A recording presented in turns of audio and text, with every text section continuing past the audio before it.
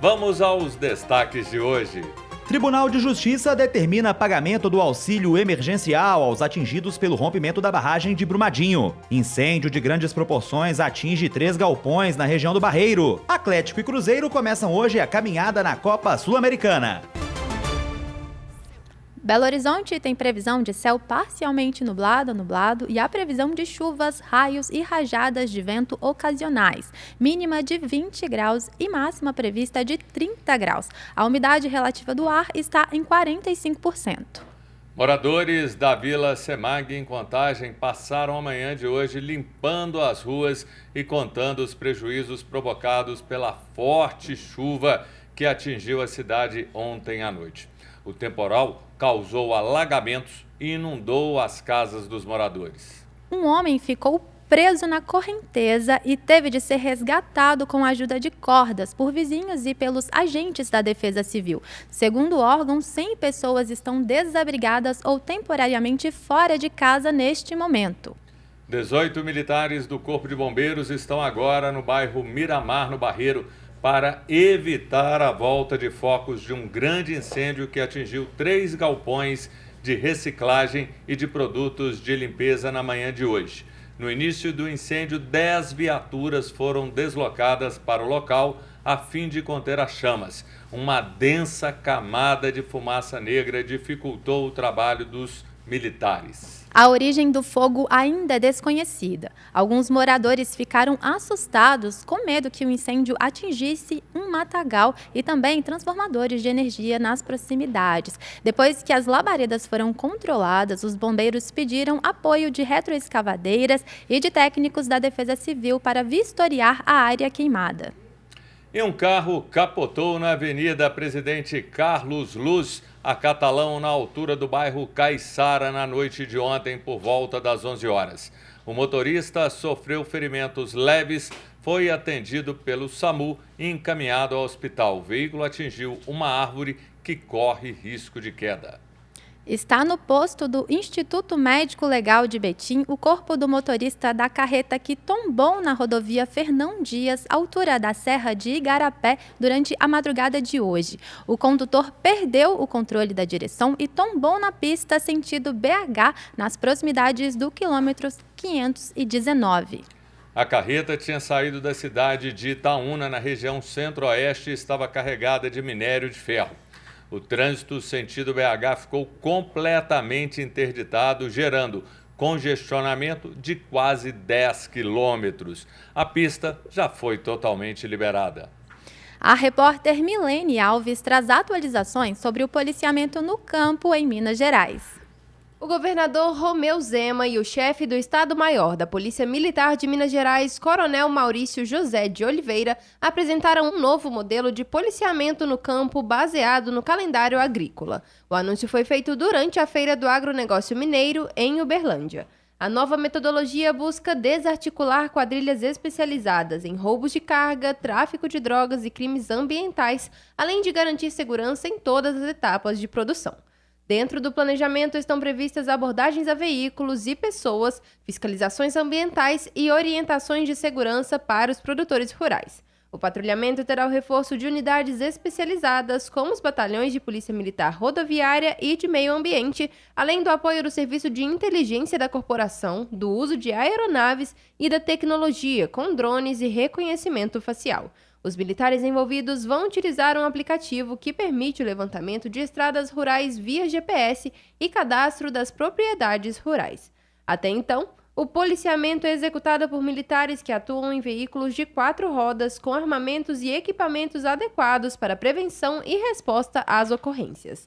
De acordo com a polícia, entre 2023 e 2024, houve queda de 3,5% nos crimes de roubo e de 14,7% nos furtos e áreas rurais.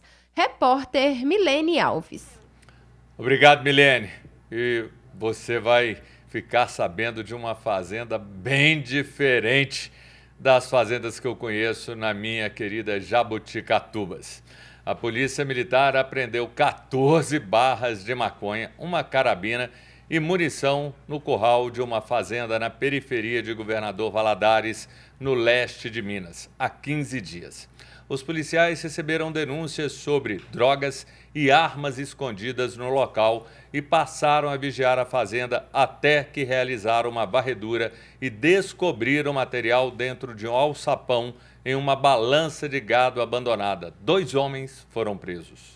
A Polícia Federal de Minas Gerais, em colaboração com a Coordenação Geral da Inteligência da Previdência Social do Ministério da Previdência Social, prendeu em flagrante uma pessoa que realizou o saque de valores provenientes de um benefício previdenciário fraudulento na capital mineira.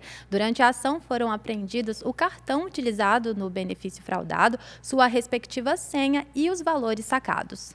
A criminosa utilizou o modus operandi caracterizado pela criação de uma identidade fictícia com falsificação de documentos como certidão de nascimento, documento de identidade, comprovante de residência, entre outros. O objetivo era fraudar o INSS e obter o benefício de amparo ao idoso de baixa renda de forma ilícita. A detida será autuada pelo crime de estelionato qualificado. O esquema fraudulento causou um prejuízo superior a R$300 mil à União, enquanto foi evitado um dano adicional de mais de R$126 mil aos cofres públicos. A Receita Federal apreendeu mais de R$500 milhão em mercadorias ilegais e falsificadas no Triângulo Mineiro, numa operação contra o tráfico de drogas, porte ilegal de armas e contrabando. Entre os produtos apreendidos estão 2 armas de fogo, aparelhos eletrônicos, equipamentos de informática, bebidas, cigarros paraguaios e pneus. 2 homens foram detidos por porte ilegal das armas. Prefeitura faz balanço de operações ambientais na capital. A repórter Letícia Bessa tem os detalhes. Desde 2024 até esse mês de março, a Operação Oxigênio da Prefeitura de Belo Horizonte realizou mais de 1.500 vistorias para medir a emissão de poluentes em veículos a diesel.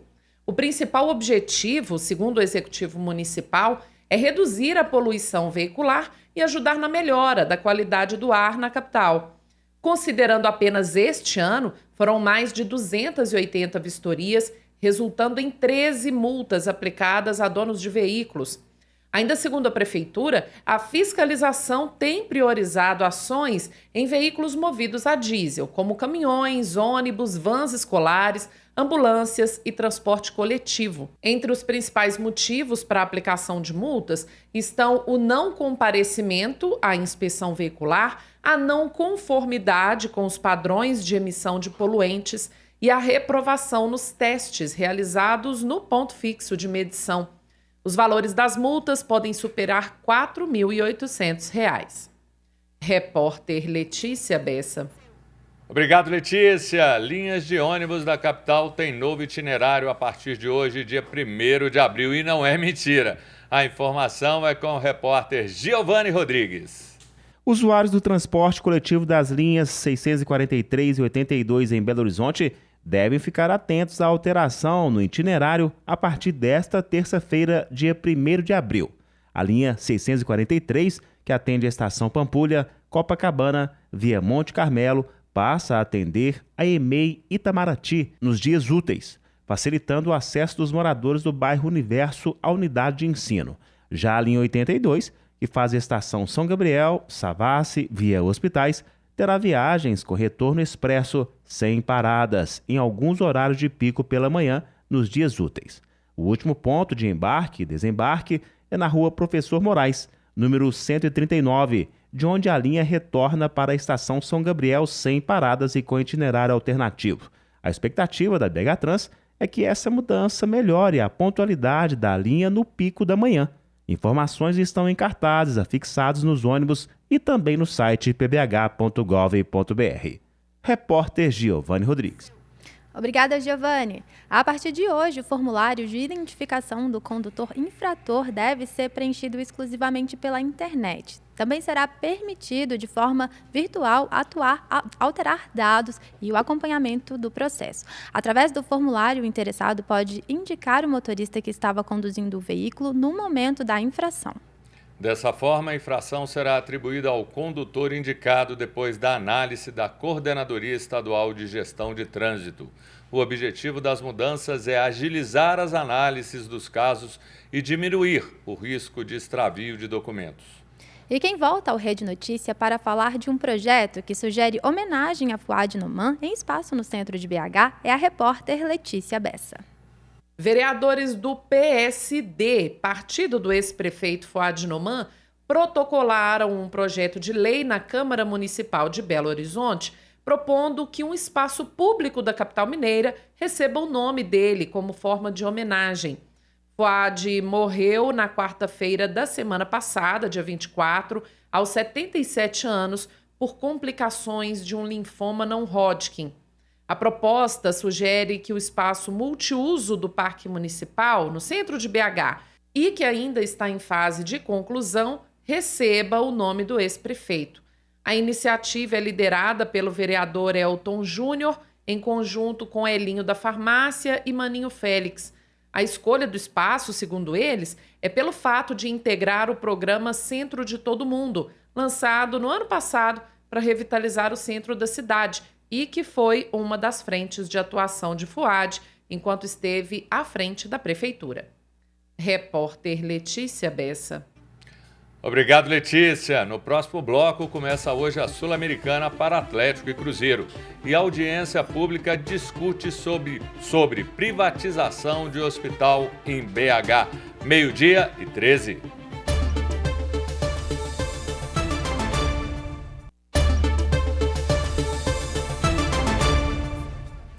Fechando a primeira rodada do Brasileiro em Bragança Paulista, Bragantino e Ceará empataram em 2-2 na noite de ontem.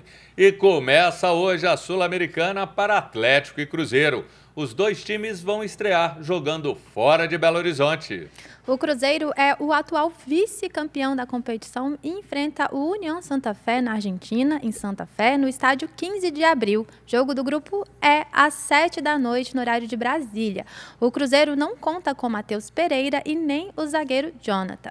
O técnico Léo Jardim pode promover mudanças no time. O adversário vem de 3 derrotas nos últimos 5 jogos e o treinador argentino Kili Gonzalez está pressionado no cargo. No campeonato argentino, o União é vice-lanterna no grupo ao lado de outros 14 times. Ou seja, Cruzeiro tem que ganhar agora, aproveitar a vantagem que tem contra um adversário que não vem bem. Cruzeiro com moral pela vitória diante do Mirassol e seguir, porque vencer fora de casa na Sul-Americana é muito importante, Niquele. Júnior, e o desafio do Atlético é contra o Cienciano em altitude do Peru, em Cusco, né? São 3.400 metros de altitude. A partida é válida pelo grupo H da Sul-Americana, às 9h30 horário de Brasília, e o técnico Cuca deve promover mudanças no time, dando mais força física à equipe. Saravia deve entrar na lateral direita no lugar de Natanael e Caio Paulista substituir Arana na esquerda. Outra mudança provável é a entrada de Rubens no meio de campo para preservar Alan Franco. A equipe peruana não vem bem na temporada, está em 14º lugar no campeonato peruano, com apenas 5 pontos em 5 jogos. O Atlético tem que vencer, tem qualidade, mas tem um problema, Niquele. A altitude é algo que você tem que considerar, dificulta o rendimento físico, por isso o técnico Cuca fazendo mudanças, colocando jogadores com mais capacidade física. Pois é, e quem acompanha aqui o Rede Notícia já sabe, né? 13h tem Bola na Rede com o Júnior Brasil, não dá para perder, né, Júnior? Obrigado, viu, Niquele? Convite está feito, a partir de 1 eu espero vocês. Agora, gente, a repórter Milene Alves volta ao Rede Notícia com informações sobre audiência pública para discutir a privatização de hospital em Belo Horizonte. Nesta terça-feira, a partir das 16h, uma audiência pública vai debater mais uma vez a gestão e o funcionamento do Hospital Maria Amélia Lins. O governo de Minas Gerais e a FEMIG, Fundação Hospitalar do Estado de Minas Gerais, publicaram no início do mês de março um edital para a seleção de consórcios públicos ou entidades sem fins lucrativos que desejam administrar o hospital. No dia 19 de março, a deputada estadual Beatriz Cerqueira enviou um pedido de cancelamento do documento. Para a audiência desta terça-feira na Assembleia Legislativa de Minas Gerais, estão confirmados o secretário de Estado de Saúde, Fábio Baccheretti, a presidente da FHEMIG, Renata Ferreira, e representantes do Conselho Estadual de Saúde. O Hospital Maria Amélia Lins está com bloco cirúrgico interditado desde janeiro. Representantes de sindicatos e conselhos que realizaram visita técnica ao local informam que agora o hospital se encontra totalmente fechado. Repórter Milene Alves. Obrigado, Milene. O Ministério Público de Minas Gerais encaminhou à Justiça um pedido para que a FHEMIG retome o funcionamento pleno do Hospital Maria Amélia Lins, em Belo Horizonte. Os promotores cobram a reativação do bloco cirúrgico dos 41 leitos das enfermarias da unidade e também o retorno dos funcionários transferidos para o Hospital João 23, num prazo de até 10 dias. Em caso de descumprimento da decisão judicial, o Ministério Público pede a aplicação de uma multa diária de R$10 mil ao Estado, além de multas pessoais, no mesmo valor ao secretário da Saúde, Fábio Baccheretti, e à presidente da FHEMIG, Renata Dias. O bloco cirúrgico do Hospital Maria Amélia Lins está desativado para reforma desde janeiro deste ano. A repórter Erlaine Grace está ao vivo no Hospital Infantil João Paulo II, na região hospitalar, onde o governo do estado anuncia ações para o período sazonal de doenças respiratórias. Boa tarde, Erlaine. Boa tarde, Júnior. Boa tarde, Nikele, a todos que acompanham Rede Notícia. Com a chegada do outono, a proximidade do inverno, aumentam os casos de doenças respiratórias, principalmente em crianças. Aqui no Hospital João Paulo II, o governo acaba de anunciar ações para combater e acelerar o atendimento em casos de doenças. Eu estou aqui com o diretor do João Paulo II, aqui do hospital, é o Fabrício Giarora. Fabrício, conta pra gente aí o que pode ser feito para melhorar o atendimento neste período do ano. Boa tarde a todos. Esse é um período complexo, onde muitas doenças respiratórias aparecem. É um período sazonal de doenças respiratórias, como você bem disse. Então a gente todo ano prepara uma série de ações para melhorias nessa situação, tá? Para atender melhor a nossa população, atender melhor as crianças da região metropolitana toda, ok? O que a gente preparou esse ano, além do que a gente prepara normalmente? A gente fez um revocacionamento de leitos de internação para leitos semi-intensivos. Por quê? Porque o leito semi-intensivo, ele atua de uma maneira mais ágil e mais rápida e de uma maneira mais intensiva nas gravidades dos casos, tá? Então a gente fez um revocacionamento de 12 leitos de internação para 12 leitos semi-intensivos para atender melhor essas crianças, de um momento mais difícil das doenças respiratórias. Além disso, a gente ampliou o funcionamento do ambulatório e do pronto-socorro do João Paulo II, ampliando em mais de 50% a presença de médico aqui. Então a gente normalmente tem de 3 a 4, a gente vai ter até 8 médicos aqui nesse período. Então a gente vai sim atender melhor a população no tempo de resposta mais rápido para que a criança seja bem atendida. Muito obrigada, Fabrício, pela participação. Acompanhe outras notícias ao longo da nossa programação. Nikele, Júnior, é com vocês aí no estúdio. Obrigada, Erlaine, pelas informações. Minas passa a descontar 20% de ICMS sobre importações. As informações com a repórter polivalente Letícia Bessa.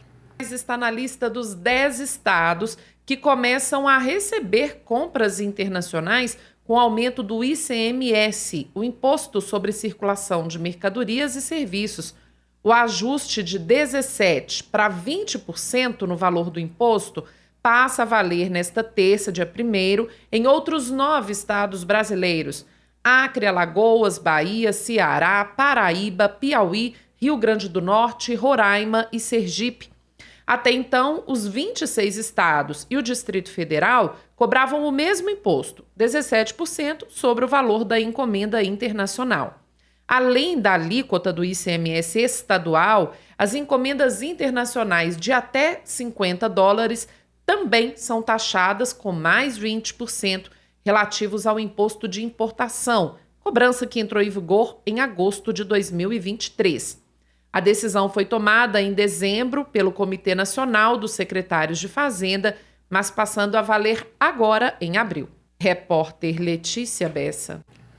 Obrigado, Letícia. O Tribunal de Justiça do Estado determinou que a Vale retome o pagamento do auxílio emergencial a atingidos pelo rompimento da barragem da mina Córrego do Feijão em Brumadinho, até que a população recupere as condições financeiras anteriores à tragédia. A ação foi proposta pela Associação Brasileira dos Atingidos por Grandes Empreendimentos, pela Associação Comunitária do Bairro Cidade Satélite e pelo Instituto Esperança Maria, sob alegação de que as vítimas têm direito à continuidade do programa de transferência de renda ou a um novo auxílio emergencial. O rompimento da barragem em Brumadinho no início de 2019 matou 272 pessoas, além de causar danos em toda a extensão da bacia do rio Paraopeba. Polêmica, hein? A Justiça Federal em Brasília suspendeu a resolução que permitia a farmacêuticos prescrever medicamentos. A decisão atendeu a uma ação do Conselho Federal de Medicina. O juiz Alaor Piacini argumentou que a medida invade atribuições exclusivas dos médicos, conforme determina a lei do ato médico. O magistrado também destacou riscos à saúde pública em caso de tratamentos feitos por profissionais sem formação adequada. O Conselho Federal de Medicina comemorou a decisão judicial, enquanto o Conselho de Farmácia pretende recorrer da sentença.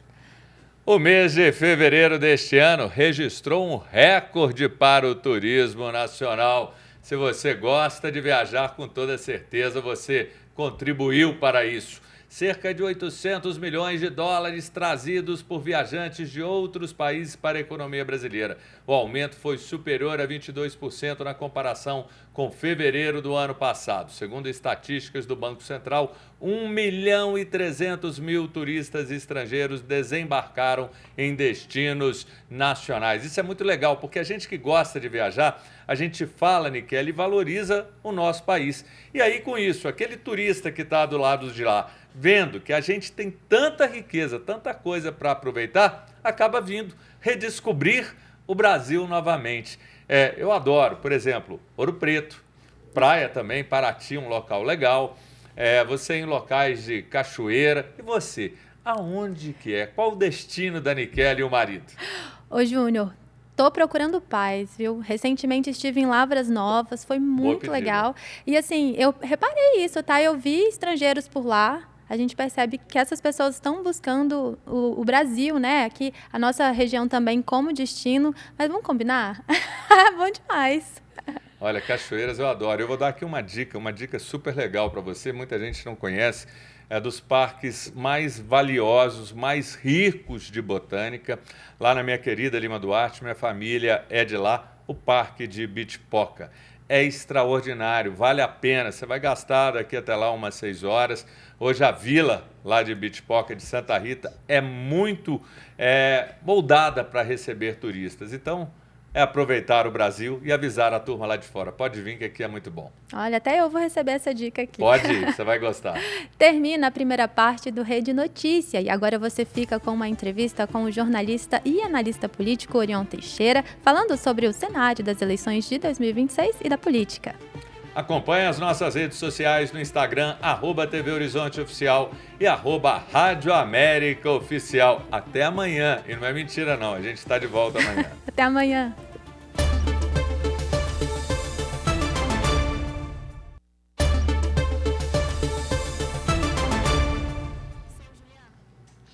Olá, este é o Rede Notícia Entrevista, momento de pensar e debater os assuntos do dia a dia de uma forma séria, mas ao mesmo tempo descontraída. Saudamos a você que nos acompanha pelas emissoras da Rede Catedral de Comunicação Católica, TV Horizonte, Rádio América FM 107,1 e Rádio Cultura AM 830. João Eduardo, boa tarde. Juliana Lima, boa tarde. Você que nos acompanha agora, 12h36. Nessa terça-feira, nós vamos fazer um panorama sobre a política aqui no Brasil, em Minas Gerais, também em Belo Horizonte. Um caminho que vai ser orientado sob a ótica do jornalista Orion Teixeira, muito conhecido de todos nós aqui em Minas Gerais, colunista do jornal Estado de Minas, também da Band TV. Orion, boa tarde, bem-vindo, viu? Boa tarde, Juliana, boa tarde, João, boa tarde aos telespectadores da Rede Notícia. Um prazer estar aqui com vocês. Prazer é nosso. A alegria é toda nossa. Antes de nós começarmos, eu queria chamar a sua atenção, Orion, e também para todo mundo que está acompanhando a gente voltar nosso olhar para a tela e acompanhar o que as pessoas estão falando do governo Lula. Vamos acompanhar. Oliveira da Silva. Eu acho que o governo do Lula está devendo as promessas que ele fez. Está tudo caro, subindo todas as coisas, os preços, café, ovo, está tudo difícil para o pobre. Eu não estou gostando não, mas eu ainda sou a favor do Lula. Sérgio, eu votei em Lula por 2 vezes e hoje eu não votaria. Tá? Eu acho que ele não tem proposta de governo. Enfim, eu vejo que o país está cada vez afundando mais e não vejo a luz no fim do túnel. Luiz Efigênio, eu acho razoável ultimamente. Não está muito bom para ninguém, não. E todos que entram são assim, não adianta achar que um vai ser melhor do que o outro, que não vai ser. Laura Maria. Bem, o governo do Lula eu não tenho o que reclamar, né? Mas só que ele falou que todo mundo ia comer picanha e o pessoal não está comendo nem ovo, né? Então eu acho que é propaganda enganosa, né? Orion, a gente ouviu aí as pessoas, né? Vamos começar com esse cenário nacional. Transformação aí do ex-presidente Jair Bolsonaro e de outros 7 aliados dele em réus pelo Supremo Tribunal Federal por conta de uma possível tentativa de golpe de Estado. É benéfica de alguma forma o presidente Lula? A esquerda sai ganhando? Olha, mais do que essa avaliação, acho que o importante é para a democracia, para as instituições democráticas. A gente está acompanhando, fiscalizando e julgando aqueles que cometeram atos ilícitos e que afetaram a República, afetaram a democracia. Enfim, isso não pode passar como se fosse algo natural, normalizado. Nós estamos agora, hoje é 1º de abril, né? Estamos completando quantos anos aí desse golpe militar que vivemos aí durante 20 anos, que desgraçou a vida de muita gente, afetou as liberdades democráticas, os direitos políticos, enfim, pessoas foram mortas, desaparecidas, exiladas. Tivemos agora esse momento da arte, do cinema, né? Nacionalmente, internacionalmente reconhecido, como o Ainda Estou Aqui, premiado, e denunciando exatamente isso, né? A ausência da liberdade, a ausência da vida, a ausência da oportunidade de pensar diferente. Então, eu acho que quem cometeu, e todos os indícios apontam que houve ali uma tentativa muito grave de golpe, de depredação do patrimônio público, de invasão dos poderes ali, que acho que isso precisa ser julgado de maneira republicana, de maneira constitucional, de maneira correta, como o processo está indo dentro do devido processo legal, dando oportunidade de defesa, como a gente costuma não ver muito na área política, né? Orion, vindo agora para um contexto mais eleitoral, na ausência de Bolsonaro ano que vem, né, do cenário político, uma chapa Tarcísio e Zema, ela pode acontecer nesse momento político que nós estamos vivendo, tanto em Minas Gerais, em São Paulo, no Brasil como um todo. É possível pensar na composição dessa chapa, Tarcísio e Zema, principalmente por tudo que está acontecendo? Está tudo sendo ensaiado para isso, né? Existem vários planos. O primeiro plano é o Bolsonaro recuperar a elegibilidade dele. Caso ele não consiga, até porque vai ser julgado agora nesse processo tem um processo ainda das joias árabes, né? Enfim, tem várias situações que o colocam em dificuldade. Hoje ele está inelegível.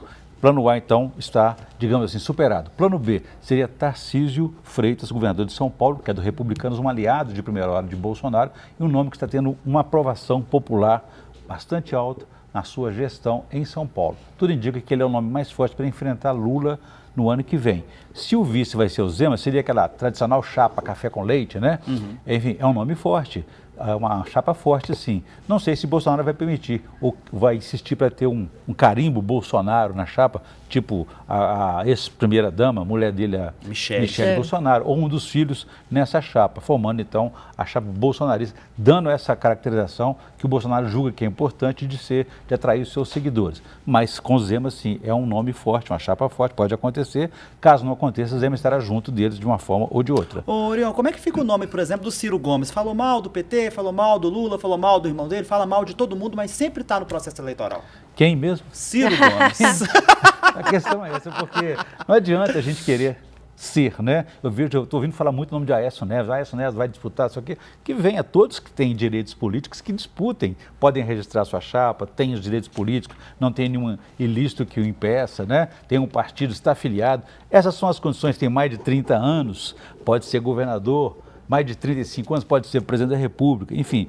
as condições sendo atendidas de acordo com a lei, a pessoa pode se candidatar. Agora, daí de se candidatar e a incomodar, repercutir ou vencer, é outra história. É outra história. Orion, agora é o seguinte, bolsonarismo, né, que foi esse movimento que a gente vem falando há alguns tempos, mas assim, bolsonarismo ligado ao presidente Bolsonaro, que não gosta de passar o bastão adiante, né? Então, assim, a gente falou aqui sobre nomes, Tarcísio, Freitas, mas ele menos do que eu acredito do mas que se qualquer estiver impedido, político, não tem né? como, né? Pois é, mas aí o seguinte, essa movimentação, né, que você falou bem, ele estando impedido e ele acreditando que o bolsonarismo depende única e exclusivamente dele. Não seria o caso, por exemplo, dele pensar primeiramente nos filhos, porque ele tem essa dificuldade mesmo de passar, e assim, esses movimentos que vêm com o Tarcísio, com o Nicolas, eles, pelo menos o próprio Bolsonaro não deixa claro que isso seria um braço do bolsonarismo. Mas pensar tem consequência, né, Juliana? Porque veja bem, se ele põe lá a mulher ou um filho para representar o bolsonarismo e perde essa eleição, ele precisa do Tarcísio, por quê? O Tarcísio é o único que pode, por exemplo, tirá-lo da cadeia caso ele seja condenado. Imagine você com 1 ano de gestão, no indulto de Natal, tira ele da cadeia. Isso é uma prerrogativa presidencial. Entende? Quer dizer, que ele ficaria preso 1 ano só. Então, ele vai querer correr riscos ou vai querer realmente ser competitivo? Eu acho que Tarcísio é um nome mais competitivo que eles têm no momento, mais forte para poder enfrentar Lula e enfrentar uma briga como essa. Muito bem, nós estamos ouvindo o Orion Teixeira, jornalista, especialista em política, está nos ajudando a compreender esse cenário político do Brasil. Orion, nós vamos para o intervalo. Na volta eu quero te perguntar sobre Fernando Haddad e também sobre o futuro do PSDB, porque eu acho que está saindo pela tangente da história. Quem? Eu volto já.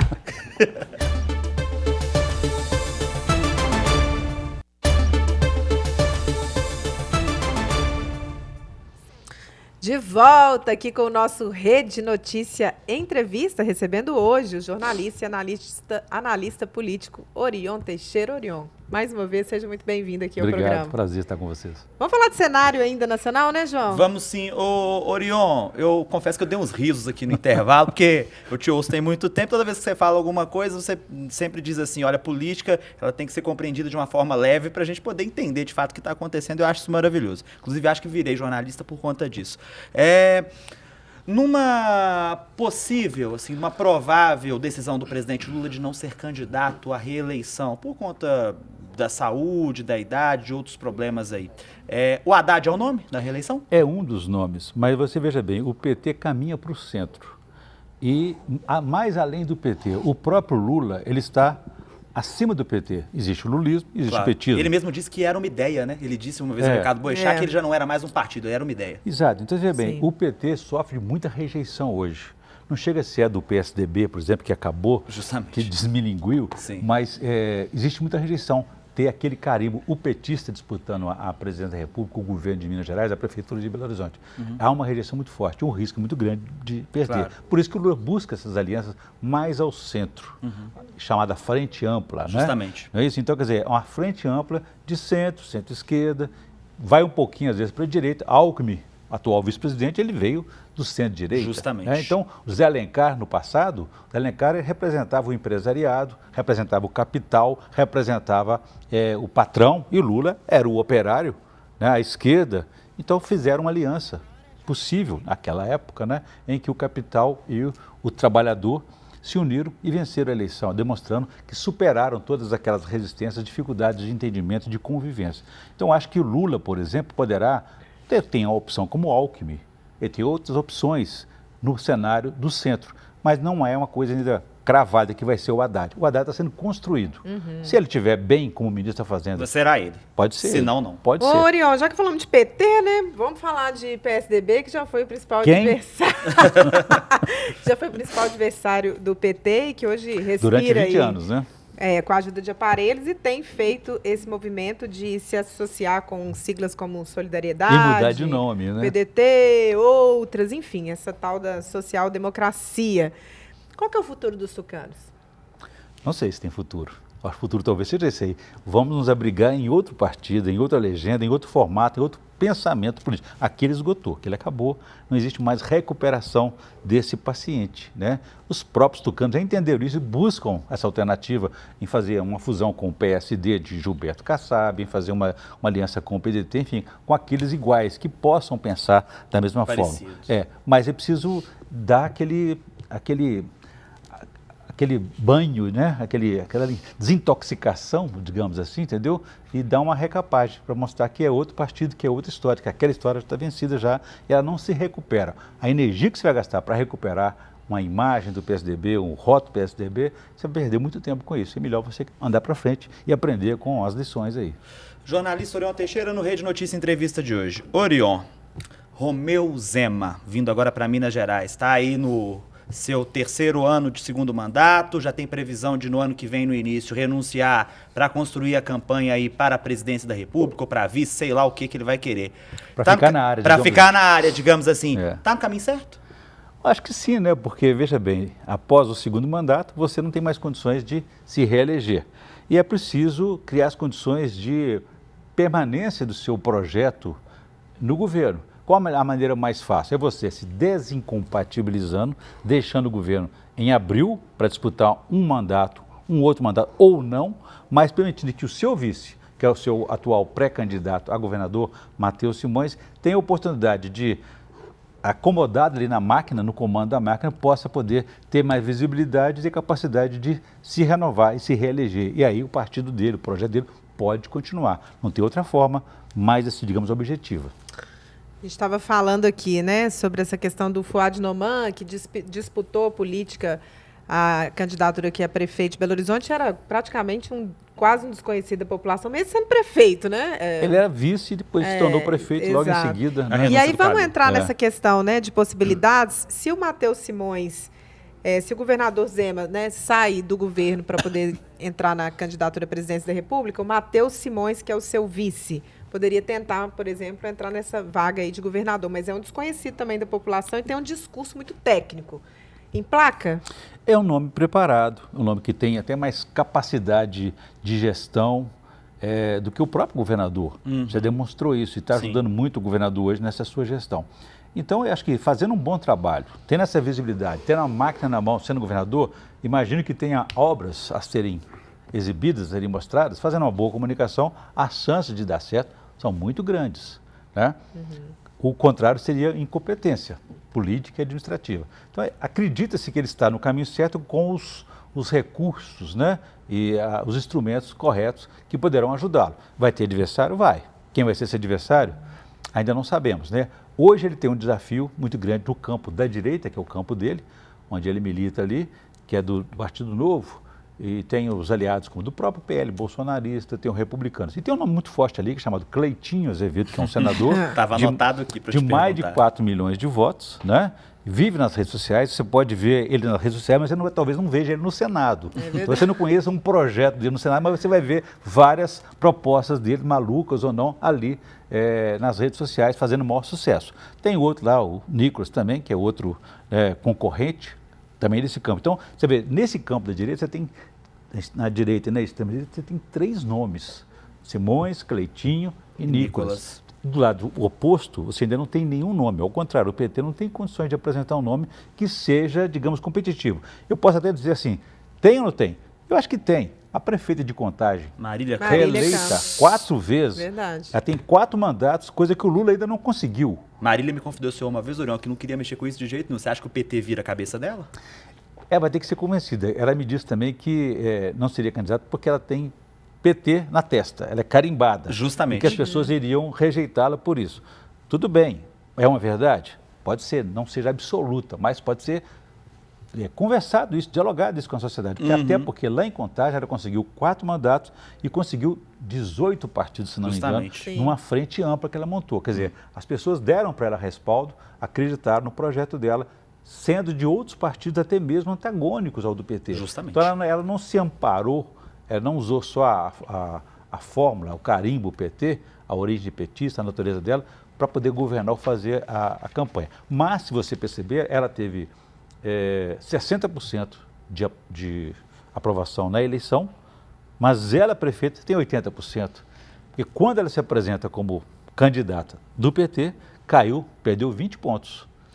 Ainda falando sobre essa questão do governo de Minas, né? Possíveis candidaturas. Poderíamos pensar aí no Rodrigo Pacheco, no Carlos Viana? Não, Carlos Viana, quem? Bom, o Pacheco, aí é verdade que é um nome muito forte, já foi até lançado pelo presidente Lula em fevereiro passado. né? E 2 dias depois o Pacheco falou, seria uma honra, é um sonho dos políticos. Verdade. Já não fechou a porta. Justamente. Entendeu? Então, assim, acredita-se que ele tenha capacidade de representar esse campo, do centro para centro-esquerda, até um pouquinho ali da direita, digamos assim, que tem a capacidade de fazer essas alianças, né? Então ele tem essa capacidade de construir. É um nome que hoje está muito vaiado até, é um nome que está muito rejeitado pelas posições corretas que ele teve no Senado Federal em defesa das instituições democráticas, do STF, por exemplo. Então é um nome que tem que ser construído. Se você falar, eu não tenho chance, eu tenho lá 4%, eu tenho 5%. Volto a falar, lembra do Fouad? Lá em agosto do ano passado, Fouad tinha 4%, era um desconhecido até pelo nome dele, né? Um nome sírio-libanês, Fouad Noman. Que pessoa é essa aí? Quem está no nosso meio querendo ser prefeito? Ele já era prefeito e queria só continuar mais 4 anos. Ao final, virou tudo, ganhou de todos. Vamos caminhando para o final, vamos falar então dessa governabilidade aí do Álvaro Damião. Perdemos o prefeito Fouad, né? Muda completamente a situação política agora. O que você acha? O caminho vai ser difícil? Muito, porque a primeira mudança você já falou, sai Fouad, entra Álvaro Damião. Não é uma substituição do esporte, por exemplo, justamente, né? Que o Álvaro Damião sempre acompanhou do lado de fora dos gramados, né?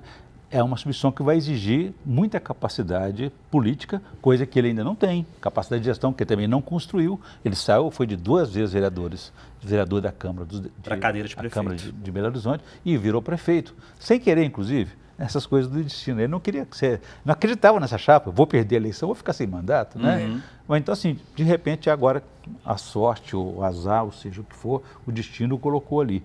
Ele vai ser prefeito de Belo Horizonte. Ele precisa, então, se reunir de parceiros, conselheiros, aliados, para fazer uma boa gestão, que ninguém governa sozinho, a 3ª capital do país. E ele tem uma dificuldade enorme, já comentamos isso aqui, que é o fato dele não ter um vice-prefeito.